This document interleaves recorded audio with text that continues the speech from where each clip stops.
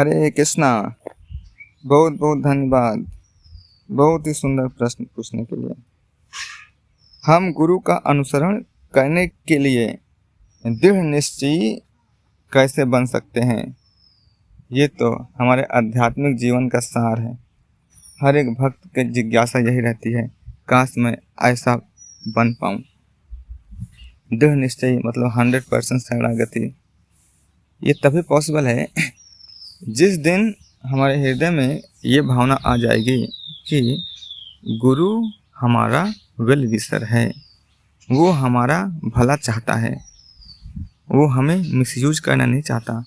वो जो कुछ मेरे लिए कह रहा है मेरे भले के लिए कह रहा है। हो सकता है कि कभी कभी वो बातें, वो शब्द हमें कड़वा लगे।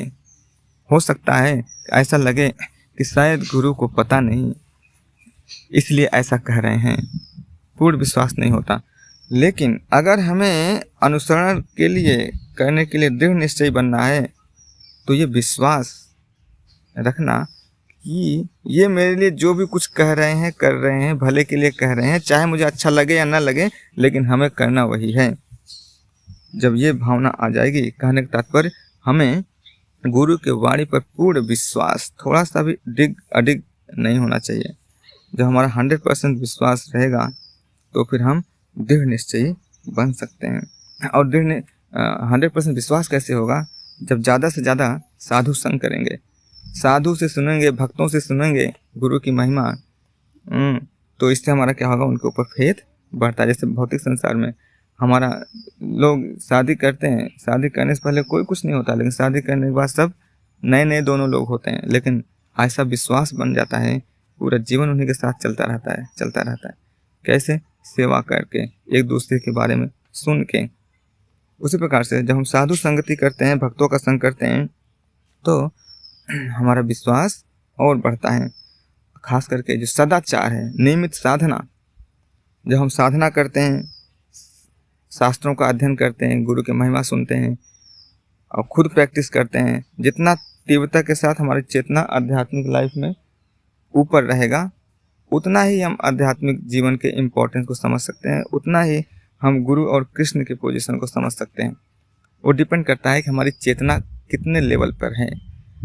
और चेतना लेवल पर कैसे होगी? जितना हम साधना करेंगे उतना ही, जितना साधना करेंगे, श्रवण कीर्तन करेंगे, उतना ही हमारा चेतना ऊपर होगा। जितना हमारी चेतना कॉन्शियसनेस ऊपर की तरफ जाएगी, चेतना में उन्नति होगी, उतना ही हम गुरु और कृष्ण को समझ पाएंगे, उतना ही हमारा फुल फेथ होगा, उतना ही हम स्ट्रांग बन पाएंगे।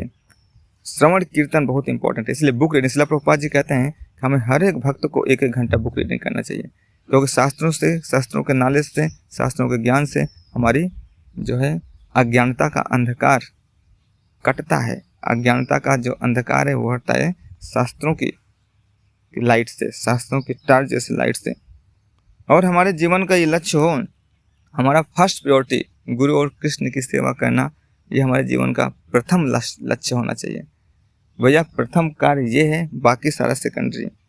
गुरु कभी कुछ आदेश भी दें, उसको टालना नहीं चाहिए, चाहे हम उसको कर पाएँ या ना कर पाएँ, लेकिन अगर आता है आदेश उसको करने का प्रयास करना चाहिए। ये नहीं मैं नहीं कर पाऊंगी ना, ये भावना नहीं होना चाहिए, ना तो होना ही नहीं चाहिए।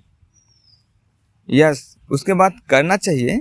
करने के बाद जब कुछ दिक्कतें आए तो उसको शेयर करना चाहिए, डिस्कस करना चाहिए, ना तो करना नहीं चाहिए। अगर फिर भी अगर ये भावना हमारे हृदय में नहीं आ रही है तो हमें क्या करना चाहिए? प्रार्थना करनी चाहिए, गुरु और कृष्ण से प्रार्थना करनी चाहिए कि हे भगवान मेरे ऊपर ऐसी कृपा करें कि ताकि मैं दृढ़ निश्चय बन पाऊँ। मैं चाहता तो हूँ मैं शरणागति करूँ 100% और कृष्णा कॉन्शियसनेस में आगे बढ़ूँ, लेकिन वो निश्चय नहीं आ रहा है, दृढ़ निश्चय नहीं आ रहा है। इसके लिए हमें दिन रात प्रार्थना करनी चाहिए। जितनी बार मंदिर में जाएं, प्रणाम करें, उतनी बार प्रार्थना करना चाहिए। इस प्रकार से हम दृढ़ निश्चयी बन सकते हैं।